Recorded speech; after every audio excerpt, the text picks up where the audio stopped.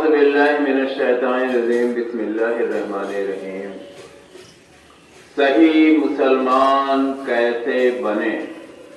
جو اللہ تبارک تعالیٰ نے بھیجا ہے وہ کتابوں میں ہے۔ اللہ کی کتاب جسے ہم آپ قرآن شریف کے نام سے جانتے ہیں، اور نبی صلی اللہ علیہ وسلم کے فرمان مبارک جسے ہم حدیث کے نام سے جانتے ہیں۔ لیکن انسان اپنی ضد، ہٹ دھرمی اور آپ لاپرواہی بھی کہہ سکتے ہیں، اس کے بنا پر جو بھی دین اسے ملتا ہے باپ دادوں سے، اسی پر وہ عام طور پر عمل کرتا جاتا، بغیر جانچ پڑتال کیے کہ واقعی یہ دین صحیح ہے یا اس میں ملاوٹ ہے یا اس میں کوئی ایسی بنیادی غلطی تو نہیں ہم کر رہے ہیں کہ سارا کیا کرایا ہی چوپٹ ہو جائے۔ جیسے اللہ تبارک تعالیٰ نے اپنے کلام مقدس میں فرمایا ہے کہ تم آسمان، حدیثوں میں بھی اس طرح کی کئی حدیثیں، تم آسمان اور زمین برابر اگر گناہ لے کر آؤ گے اور اگر میرے ساتھ تم نے شرک نہ کیا ہوگا تو مجھ سے نا امید نہ ہونا، ہم اس کو معاف کر سکتے ہیں۔ لیکن یاد رکھو، اگر تم ہمارے ساتھ شرک کرو گے، ہماری ذات میں کسی کو شامل کرو گے، ہماری صفات میں کسی کو شامل کرو گے،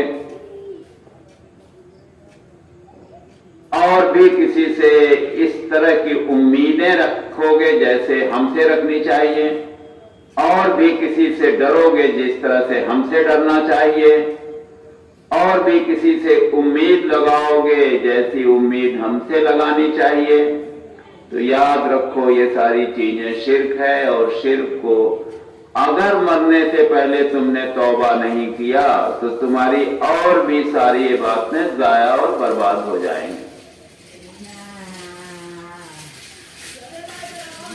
یہاں تک کہ آپ کو اس طرح کے الفاظ بھی ملیں گے کہ اللہ تبارک تعالیٰ نے نبیوں کو مخاطب کر کے یہ چیزیں کہی ہیں۔ حالانکہ نبی جتنے بھی آئے ہیں، نبی یا رسول، سب اسی کو ختم کرنے کے لیے آئے تھے، اور ان سے ان سب چیزوں کا سرزد ہونا ایک طرح سے ناممکن ہے۔ لیکن اللہ تبارک تعالیٰ اس کے وزن کو بتانے کے لیے اس طرح کے الفاظ استعمال کر رہا ہے کہ دیکھو یہ اتنی خطرناک چیز ہے کہ اگر بالفرض نبی اور رسول بھی اس میں ملوث ہوئے تو ہم ان کو بھی نہیں چھوڑیں گے۔ حالانکہ اس میں ملوث ہونے کا سوال ہی نہیں اٹھتا، وہ اسی کو روکنے کے لیے آئے ہیں۔ باوجود اس کے آج آپ دیکھیں سماج میں تمام لوگ اس ضد اور ہٹ دھرمی اور لاپرواہی کی وجہ سے اصل دین سے ناواقف ہیں، اور دین کے نام پر نہ جانے کن کن باتوں پر عمل کیے جا رہے ہیں۔ اس کو ایک چھوٹی سی مثال سے آپ سمجھیں۔ آپ کے پاس کوئی 10 لاکھ کی رقم دے گیا اور وہ 500 کی گڈی،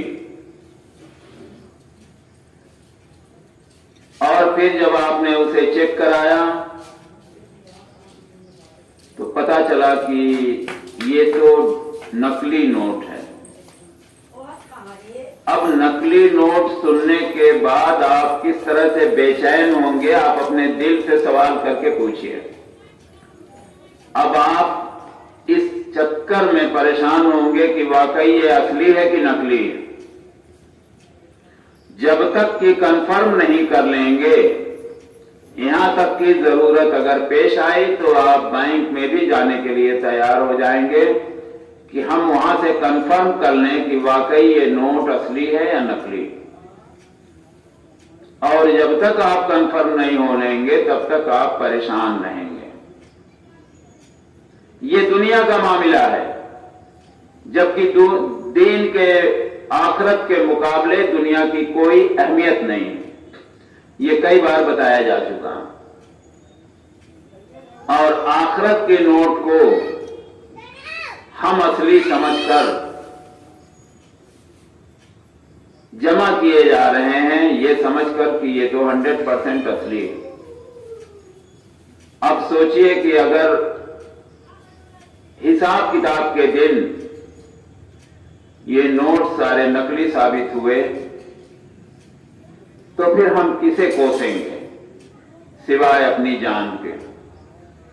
اس لیے ضرورت اس بات کی ہے کہ کوئی بھی آپ نئی چیز سنیں، اپنے سوچ کے خلاف سنیں، دین کے نام پر جو کام کر رہے ہیں اس کے بارے میں اگر آپ کو کہیں سے آواز سنائی دے رہی ہے تو برائے کرم اس کی تحقیق کر لیں، جانچ پڑتال کر لیں. اگر آپ کی بات صحیح ہے جو آپ کر رہے ہیں تو بہت بہتر ہے، اور اگر واقعی اس کے خلاف ہے جو بتایا جا رہا ہے تو آپ، ہماری گزارش ہے، سب سے ریکویسٹ ہے کہ اس کو آپ صحیح کر لیں. اس کا طریقہ کیا ہے؟ آج تو بہت ہی آسان ہے.